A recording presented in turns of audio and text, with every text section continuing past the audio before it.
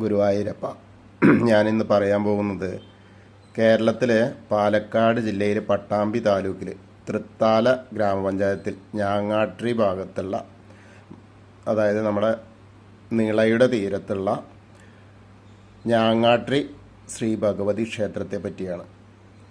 ജഗദീശ്വരിയും ആദിപരാശക്തിയുമായ ദുർഗാ ഭഗവതി കാർത്യായനി ഭാഗവത്തിൽ പ്രതിഷ്ഠയായിട്ടുള്ള അനുഗ്രഹിച്ചുകൊണ്ടിരിക്കുന്ന ക്ഷേത്രമാണ്.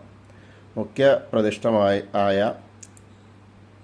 പിന്നെ കാർത്യായനി ദേവി, അതുപോലെ തന്നെ ഉപദേവതകളായിട്ട് ഗണപതി, സുബ്രഹ്മണ്യൻ, ശാസ്താവ് തുടങ്ങിയവർ തൊട്ട് കൂടെയും താഴെയായിട്ട് നേരെ പടിക്കെട്ടിന് താഴെയായിട്ട് നിളാനദിക്ക് തൊട്ടരികിലായിട്ട് ഹനുമാൻ സ്വാമിയും കുടികൊള്ളുന്ന ക്ഷേത്രമാണ്. 108 ദുർഗാ ക്ഷേത്രങ്ങളിൽ ഒന്നാണ്. അതുപോലെ തന്നെ ഇവിടെ പ്രതിഷ്ഠ നടത്തിയത് പരശുരാമനാണ് എന്ന് വിശ്വസിക്കപ്പെടുന്നു. പടിഞ്ഞാറോട്ട് ദർശനം നൽകുന്ന ക്ഷേത്രത്തിൽ കിഴക്ക് ഭാഗത്ത് പുഴ വരുന്ന അപൂർവം ക്ഷേത്രങ്ങളിൽ ഒന്നാണിത്. കാശിയിൽ ഗംഗാനദി ഒഴുകുന്നത് പോലെ ഇവിടെ ഭാരതപ്പുഴ, അതായത് വടക്കോട്ടാണ് ഒഴുകുന്നത്. അത് ഏറ്റവും കൂടുതൽ ശക്തി ഉണ്ടാകുന്ന സ്ഥലമാണെന്നാണ് പറയുന്നത്. അങ്ങനെ ഏപ്രിൽ 24 വെള്ളിയാഴ്ച പൂയ നക്ഷത്രത്തിലാണ് ഉത്സവം കൊടിയേറുന്നത്. അതായത് പ്രതിഷ്ഠാദിനാണ് ഒന്നാം ഉത്സവം. അങ്ങനെ മെയ് 1 വരെയാണ് ഉത്സവ കാലാവധി. ഉത്സവം നടന്നുകൊണ്ടിരിക്കുകയാണ്. വളരെ പ്രാധാന്യമുള്ള സമയങ്ങളാണ്. കാരണം എന്താ വെച്ചാൽ പുറത്ത് സ്റ്റേജിൽ ധാരാളം പരിപാടികൾ, അകത്ത് അമ്മയ്ക്ക് ധാരാളം പരിപാടികൾ, എല്ലാതും നടന്നുകൊണ്ടിരിക്കുന്ന നല്ല സമയമാണ് ഈ കാലം. അതുപോലെ തന്നെ അമ്മയ്ക്കുള്ള ശ്രീചക്ര പൂജ, അത് മെയ് 13-നാണ്. അതും വളരെ പ്രാധാന്യമുള്ളതാണ്.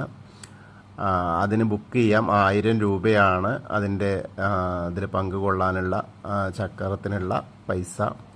അതുപോലെ ഉത്സവ നാളുകളായ ഏപ്രിൽ 24 മുതൽ മെയ് 1 വരെ ഉള്ള ദിവസങ്ങളിൽ ചെറിയ 5 വയസ്സിന് താഴെയുള്ള കുട്ടികളെ ക്ഷേത്രത്തിലേക്ക് പ്രവേശിപ്പിക്കില്ല എന്നുകൂടി അറിയിക്കുന്നു. മീനമാസത്തിലെ കാർത്തിക നാളിലെ നിറമാല, കന്നിമാസത്തിലെ നവരാത്രി, വൃശ്ചിക മാസത്തിലെ തൃക്കാർത്തിക എന്നിവയാണ് ക്ഷേത്രത്തിലെ പ്രധാന ആണ്ടുവിശേഷങ്ങൾ. ക്ഷേത്രത്തിൻ്റെ ഐതിഹ്യം എങ്ങനെയാണെന്ന് വെച്ചാൽ, കേരള സൃഷ്ടാവായ പരശുരാമൻ ഒരിക്കൽ ഈ വഴിയിലൂടെ സന്ദർശനം നടത്തുകയായിരുന്നു. ആ സമയം വടക്കോട്ടൊഴുകുന്ന നിളാനദി കാണാനിടയായി. അപ്പോൾ അദ്ദേഹത്തിന് തോന്നി ഇവിടെ എന്തോ പ്രത്യേകത ഉണ്ടെന്ന്. അങ്ങനെ അപ്പോൾ നോക്കിയപ്പോൾ ശക്തമായ ദേവീ സാന്നിധ്യമുള്ളതായി മനസ്സിലാക്കി. തുടർന്ന് അവിടെ തപസ് അനുഷ്ഠിച്ചു. അങ്ങനെ തപസ് അനുഷ്ഠിച്ച സമയത്ത് സംപ്രീതനായ ദുർഗാദേവി കാർത്യായനി ഭാവത്തിൽ ശംഖ്, ചക്രം, വരദായ മുദ്രകൾ എന്നിവയോടുകൂടി പ്രത്യക്ഷപ്പെട്ടു.